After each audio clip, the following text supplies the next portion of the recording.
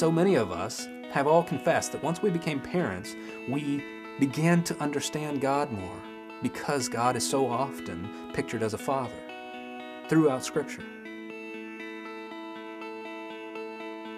As I became a father, I began to understand a little bit more about the type of love that He has for me. That it's necessary to be slow to anger, quick to forgive, abounding in steadfast love, because you know what? Kids continually act like kids. The question that I'm helping parents ask is, now, given that fact, how am I going to act? Am I going to act like a kid just like them, letting the anxiety of the moment get the best of me? Or am I going to take my own growth, continued growth, very, very seriously? My continued growth in God. That's the essence of ScreamFree Parenting, is focusing more on my development and less on my kids' behavior. One thing's for sure is that this is not your typical parenting book, and it's definitely not your typical Christian parenting book. And it's going to say some things that a lot of Christian readers initially find jarring. Things like the greatest thing we can do for our kids is focus on ourselves. Now I know that sounds backwards, even heretical to people. I promise you it is not. It's just saying that, you know what, as long as I'm focused on getting my kids to behave and not focused on how I behave, then I'm going to be leading with my anxiety. I'm going to be completely forgetting.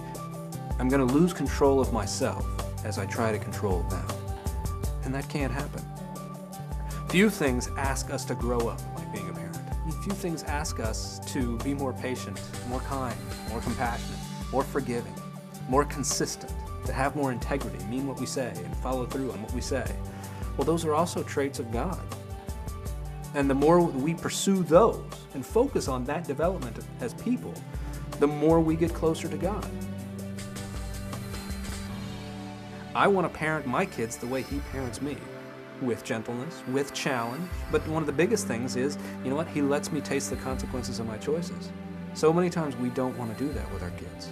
You know what, we just hate watching our kids suffer, and we hate it so much that we don't want them to have to struggle in life, not realizing, or maybe forgetting, that that's where growth occurs.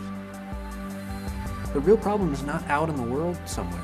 The real problem is not what dangers our kids may face and influences outside of the home that they're engaging in every day. The real problem is that mom and dad are still emotionally reactive, and we haven't paid enough attention to that. We still are looking for our kids to behave as a validation for who we are as parents, instead of realizing what, how I behave is not up to my kids. How I behave is up to me and up to God.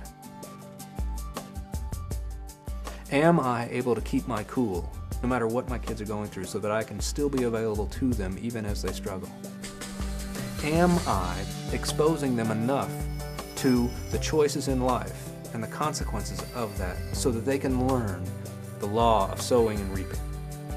Am I able to calm myself down enough and respect them as individuals the way God does with me? Those are the questions that really matter. This is a relationship we're developing with another human being, and our relationship is one of leadership.